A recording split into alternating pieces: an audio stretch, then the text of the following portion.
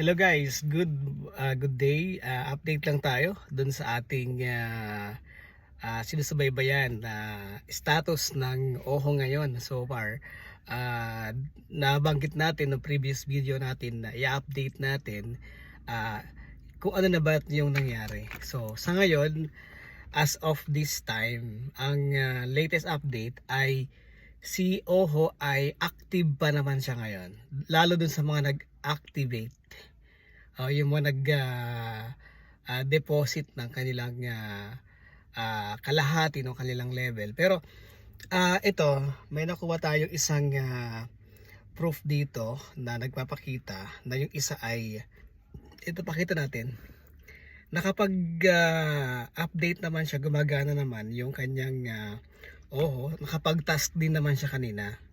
So ang hindi lang natin alam kung mawi-withdraw siya, pero syempre based din dun sa mga naka-experience, sa mga nag-comment dun sa ating mga post ay so bumalik na rin ulit si OHO, parang naging normal na ulit, parang okay na ulit daw. Pero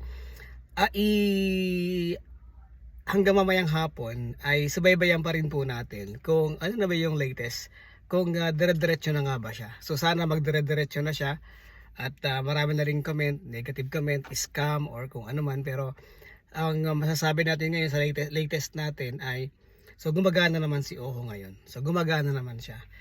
Lalo po dun sa mga nag-deposit ulit. Sinasabing mag-deposit muna to activate your apps or your account. So yun muna ang latest natin. So sa lahat po ng mga nag-aabang dyan, mga nanonood sa atin tungkol kay OHO, ayan, na natatakot na rin kasi yung iba dahil sa nangyayari, sa kumakalat na mga balita, na mga post sa Facebook. Siyempre, hindi natin pwedeng alisin yung tsansa na baka nga ma-scam siya or mawala talaga siya.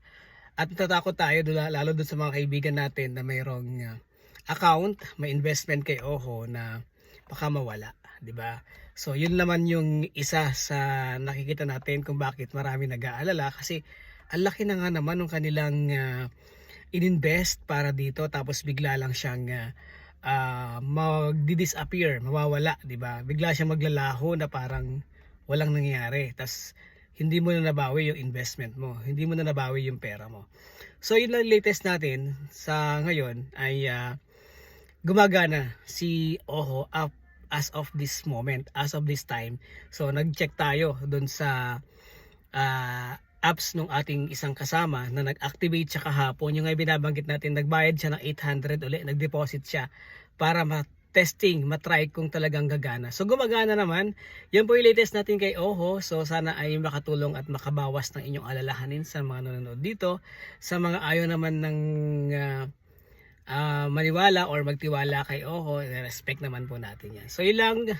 Salamat. Abangan nyo po ulit yung mga next update natin para kay OHO. Bye!